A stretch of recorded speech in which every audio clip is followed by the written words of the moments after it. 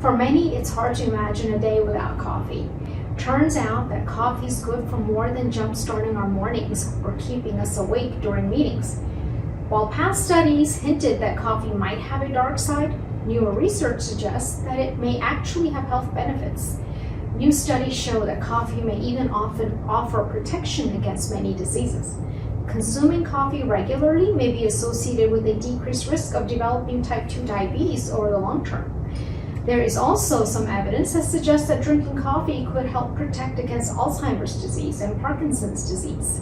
Coffee consumption may be linked to a decreased risk of death from chronic liver disease and liver cancer. Some research also shows that drinking coffee could be linked to a lower risk of heart disease, stroke, and heart failure. Remember, however, that what you add to your coffee can make a difference in how healthy it really is. Instead of loading up on cream and sugar, try adding a couple tablespoons of milk substitute, or half and half, and even using naturally sweet spices and flavorings. Coffee still has some risks, mostly due to its high caffeine content.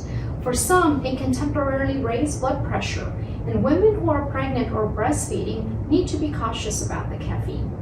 The bottom line, enjoy a daily cup or two of coffee, but don't use it as a substitute for other healthy behaviors. Your coffee habit is probably fine and may even have some benefits, but if you have side effects from coffee, such as heartburn, nervousness, or insomnia, consider cutting back.